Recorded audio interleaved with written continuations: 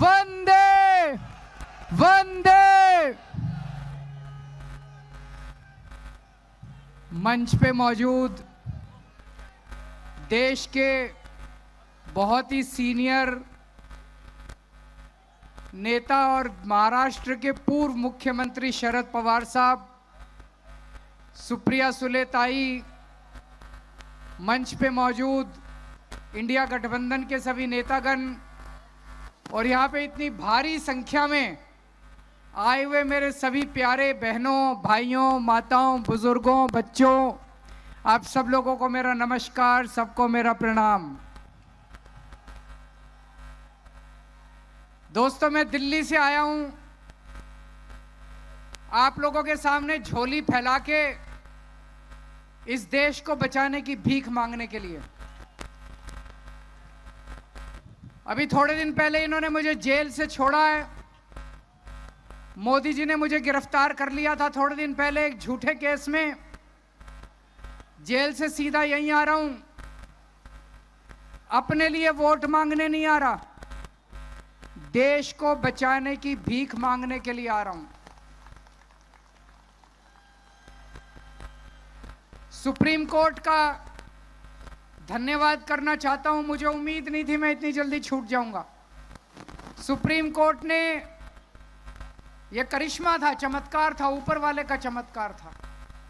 जो लोग ऊपर वाले पे यकीन रखते हैं, भगवान को मानते हैं, मैं तो मानता हूं, ये भगवान के किसी चमत्कार से कम नहीं था कि अचानक एक दिन सुप्रीम कोर्ट ने कहा केजरीवाल को 21 दिन की मोहलत दे रहे हैं, जाओ और जाके चुनाव प्रचार करो। मैं दिल्ली में एक दिन रोड शो कर रहा था, निकलने के बाद तो एक महिला कहती है, सर आपको भगवान ने भेजा है 21 दिन के अंदर बीजेपी की ऐसी तैसी करने के लिए। तो मैंने भी ठान ली है, ये 21 दिन मैं सोऊंगा नहीं, 24 घंटे, एक एक पल, एक एक सेकंड पूरे देश में घूम घूम के देश को बचाने का काम करूंगा और उनको निकालने का प्रयास करूंगा, लोगों को जगाने का काम करूंगा। इन्होंने मेरे को जेल भेज दिया। मैं मन में सोच रहा था मेरा कसूर क्या है, मेरे को क्यों जेल भेजा। मैं छोटा सा आदमी हूं, मेरी छोटी सी पार्टी है, 2 राज्यों में हमारी सरकार है, दिल्ली में, पंजाब में। ये तो बहुत ताकतवर लोग हैं, इनके पास तो इतनी सत्ता है, इतना पैसा है, फिर मेरे को जेल क्यों भेजा। मेरे को जेल इसलिए भेजा क्योंकि दिल्ली के अंदर मैंने गरीबों के बच्चों की शिक्षा का इंतजाम किया। मेरे को जेल इसलिए भेजा क्योंकि दिल्ली के अंदर मैंने गरीबों के सरकारी स्कूलों को शानदार बना दिया। मोदी जी उसको रोकना चाहते हैं। मोदी जी नहीं चाहते कि गरीबों के बच्चों को अच्छी शिक्षा मिले। मैं कहना चाहता हूं मोदी जी, मैंने दिल्ली में 500 स्कूल बनाए, आप 5000 स्कूल बनाओ, 50,000 स्कूल बनाओ देश में, तब आपका बड़प्पन है। केजरीवाल ने 500 स्कूल बनाए, आप उसको जेल में डाल के स्कूल बंद करा दो। ये तो छोटी सोच है, ये तो छोटी मानसिकता है। मेरे को जेल में क्यों भेजा? मेरे को जेल में इसलिए भेजा, मैंने दिल्ली के अंदर शानदार सरकारी अस्पताल बना दिए, शानदार मोहल्ला क्लिनिक बना दिए, सबका इलाज मुफ्त कर दिया। दिल्ली में 2.5 करोड़ लोग रहते हैं, अमीर हो चाहे गरीब हो, सबको शानदार इलाज मिलता है, सारी दवाइयां फ्री, सारे टेस्ट फ्री। मोदी जी इसको रोकना चाहते हैं। मोदी जी नहीं चाहते कि गरीबों को अच्छा इलाज मिले। आपका बड़प्पन तो है, मैंने 500 मोहल्ला क्लिनिक खोले, आप 5 लाख हर गांव में मोहल्ला क्लिनिक खोलो ना, तब आपका बड़प्पन है। केजरीवाल ने 500 मोहल्ला क्लिनिक खोले, केजरीवाल को पकड़ के जेल में डालो, मोहल्ला क्लिनिक बंद कर दो। ये तो छोटी सोच। और विडंबना देखो, मैंने दिल्ली में सब लोगों की दवाइयां फ्री कर दी, छोटी बीमारी हो चाहे बड़ी बीमारी हो, सबको फ्री दवाइयां, सारी फ्री दवाइयां मिलती है। लेकिन जब मैं जेल गया, 15 दिन तक इन्होंने जेल के अंदर मेरी दवाइयां बंद कर दी। मैं शुगर का मरीज हूं 20 साल से, बहुत हाई शुगर रहती है मेरे को। इंसुलिन का इंजेक्शन लगता है रोज, 4 बार इंजेक्शन लगता है रोज मेरे को। 52 यूनिट इंसुलिन लेता हूं मैं। जब मैं जेल गया 15 दिन तक इन्होंने मेरे को इंसुलिन का इंजेक्शन नहीं दिया। मैं कहता रहा, मेरी 300 शुगर 350 शुगर हो गई। अगर कई दिन तक लगातार ज्यादा शुगर रहे तो किडनी खराब हो जाती है, लिवर खराब हो जाता है। मुझे नहीं पता ये मेरे साथ क्या करना चाहते थे, लेकिन इतिहास गवाह ऐसे बहुत किस्से हुए हैं जब विपक्षी लोगों को, विरोधियों को जेल में डालकर उनको शारीरिक तौर पे खत्म कर दिया गया। मुझे नहीं पता ये मेरे साथ क्या करना चाहते। ये मेरे को इसलिए इन्होंने जेल में भेजा क्योंकि दिल्ली में मैंने सबकी बिजली फ्री कर दी, 24 घंटे फ्री कर दी। अब दिल्ली में सबको फ्री बिजली मिलती है।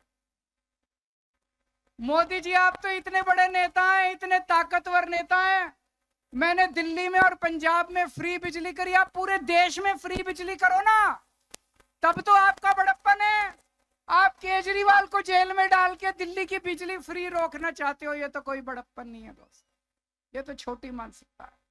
ये तो इस वक्त देश के अंदर जो हालात हैं बहुत खतरनाक हैं। रशिया का राष्ट्रपति पुतिन है, आप जानते होंगे। पुतिन ने जितने विपक्षी नेता थे या तो सबको जेल में डाल दिया या उनको मरवा दिया और फिर चुनाव करवाए। पुतिन को 87% वोट मिले। बांग्लादेश के अंदर अभी थोड़े दिन पहले चुनाव हुए, सारे विपक्षी नेताओं को जेल में डाल दिया और चुनाव करके शेख हसीना जीत गई। पाकिस्तान के अंदर अभी चुनाव हुए, इमरान खान जो वहां के सबसे बड़े नेता, उनको जेल में डाल दिया, उनकी पार्टी को तहस नहस कर दिया, उनका सिंबल छीन लिया और फिर चुनाव कर रहा है और जीत गए। मोदी जी अब पाकिस्तान और बांग्लादेश से सीख के यही काम अब देश के अंदर, भारत के अंदर करना चाहते हैं। एक टाइम ऐसा था जब पाकिस्तान और बांग्लादेश हमसे सीखा करते थे, आज मोदी जी बांग्लादेश और पाकिस्तान से सीख रहे हैं। उन्होंने मेरे को गिरफ्तार कर लिया और अब कह रहे हैं दिल्ली में जीत जाऊंगा, फिर भी नहीं जीतने चाहिए। मेरे को जेल में रख लेते तब भी हार जाते मोदी जी।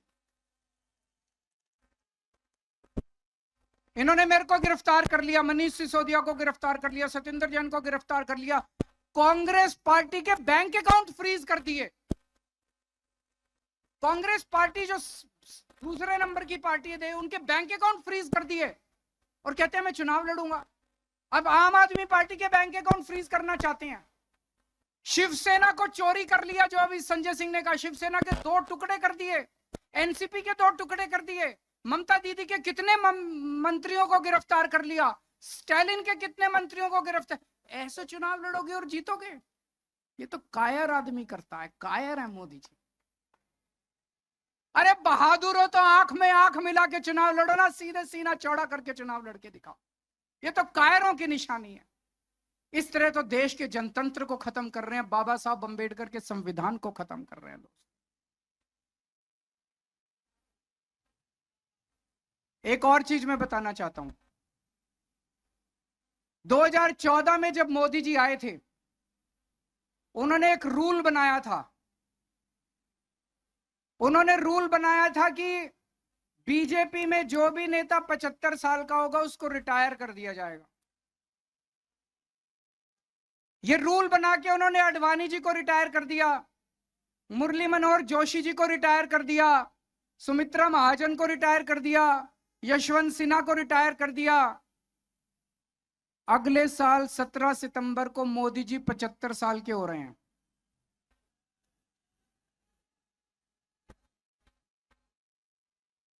तो जाहिर तौर पे मोदी जी भी रिटायर होंगे। अपना रूल बनाया उन्होंने तो अपने ऊपर तो लागू करेंगे वो।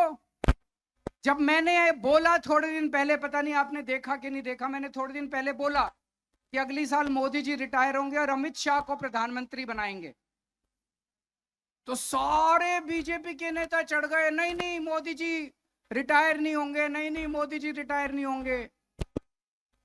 मोदी जी ने नहीं बोला कि मैं रिटायर नहीं होऊंगा, मोदी जी रिटायर होंगे और अमित शाह को बनाएंगे प्रधानमंत्री। तो इस साल जो वो वोट मांग रहे हैं मोदी जी, वो अपने लिए वोट नहीं मांग रहे, वो अमित शाह को प्रधानमंत्री बनाने के लिए वोट मांग रहे हैं। तो आपके घर के आसपास जितने बीजेपी वाले रहते हैं, जितने बीजेपी के समर्थक रहते हैं सबको बोल देना सोच के जाना जब वोट डालने जाओ। मोदी के लिए वोट नहीं पड़ रहा, अमित शाह का आंख बंद करके जितने बीजेपी वाले हैं जब बटन दबाओ आंख बंद कर लेना, अमित शाह की तस्वीर लेके आना कि अमित शाह को बनाना है क्या प्रधानमंत्री। तो अमित शाह के लिए वोट मांग रहे हैं। और इस सिलसिले में जितने रुकावटें थी, देवेंद्र फडणवीस को पैदल कर दिया इन्होंने, शिवराज सिंह चौहान की राजनीति खत्म कर दी, रमन सिंह की राजनीति खत्म कर दी, वसुंधरा, जितने नेता थे सबको खत्म कर दिया। एक ही नेता बचा है, योगी आदित्यनाथ। 2 महीने के अंदर उसको हटाने जा रहे हैं। योगी आदित्यनाथ अब उत्तर प्रदेश के सीएम नहीं रहेंगे। जब मैंने ऐसा बोला, एक भी नेता योगी जी के समर्थन में नहीं आया। बीजेपी के किसी ने नहीं कहा कि नहीं हटा रहे। इसका मतलब हटा रहे हैं, इसका मतलब हटा रहे हैं। साबित हो गया कि हटा रहे हैं। कल मैंने देखा योगी जी मेरे को गालियां दे रहे थे। मैं उनको कहना चाहता हूं, मैं तो आप ही के लिए बोल रहा हूं। मेरे को गाली देने से क्या होगा, अपने वालों को सलट लो, अपनी बीजेपी को सलट लो। दोस्तों, एक एक करके ये सारे नेताओं को खत्म कर रहे हैं। और मैं आपको चेतावनी देना चाहता हूं कि अगर इस चुनाव में 4 जून को बीजेपी जीत गई, वैसे तो जीत नहीं रही है, अगर जीत गई तो मैं आपको बता रहा हूं कि सुप्रिया सुले भी जेल में होगी, शरद पवार भी जेल में होंगे, उद्धव ठाकरे भी जेल में होंगे और आदित्य ठाकरे भी जेल में। यस, मैं आज तक मैंने जितनी पॉलिटिकल भविष्यवाणी की है, तो हमें मेहनत करनी पड़ेगी। थोड़े दिन रह गए, किसी भी हालत में हमें बीजेपी को जीतने नहीं देना है। और जिस तरह की गालियां दे रहे हैं प्रधानमंत्री जी, उन्होंने शरद पवार साहब को कहा भटकती आत्मा। ये कोई इतने सीनियर आदमी है, 84 साल के बुजुर्ग हैं। मोदी जी 74 साल के हैं, 10 साल सीनियर है उनसे। ऐसे किसी बुजुर्ग को कहना ठीक है क्या? प्रधानमंत्री को ऐसी भाषा अच्छी लगती है? उनको कहते हैं नकली शिवसेना, नकली संतान। ये अच्छी लगती है? ये तो पूरे महाराष्ट्र के मराठी मानुस की बेइज्जती का सवाल है। इस बार जब जाओ तो बटन दबा के उनको इस गाली का जवाब देना, जब वोट डालने के लिए जाओ आप। यहां के कैंडिडेट हैं बाले मामा, उनको रिकॉर्ड जीत आप लोगों को दिलवानी है। ज्यादा से ज्यादा वोट देके बटन दबा के आप उनको वोट देना, रिकॉर्ड मार्जिन से उनको जिताना। लेकिन मैं आज महाराष्ट्र में उनके लिए तो वोट मांग ही रहा हूं। मैं महाराष्ट्र में आज आया हूं पूरे इंडिया गठबंधन के लिए वोट मांगने के लिए। एनसीपी का चुनाव चिन्ह ये तुतारी बजाने वाला आदमी है। इसका खूब प्रचार करना है। मैंने सोशल मीडिया पे एक आदमी को देखा था, मैं बहुत चिंतित हो गया उसको देख के। वो आदमी कह रहा था, जब वो वोट देके बाहर निकला, उससे किसी मीडिया वाले ने पूछा किसको वोट दिया, बोला शरद पवार को। बोलो क्या निशान? बोला घड़ी। ये कंफ्यूजन है कुछ लोगों के अंदर। आपको प्रचार करना है अपनी गली में, अपने गांव में, अपने मोहल्ले में, सबको बोल देना कि असली वाली एनसीपी, शरद पवार वाली एनसीपी का चुनाव चिन्ह घड़ी नहीं है, घड़ी पे मत डाल देना। असली वाली एनसीपी का चुनाव चिन्ह क्या है? तुतारी वाला आदमी। तुतारी वाले आदमी को वोट डालना है और ज्यादा से ज्यादा वोट देके मामा को जिताना है। मैं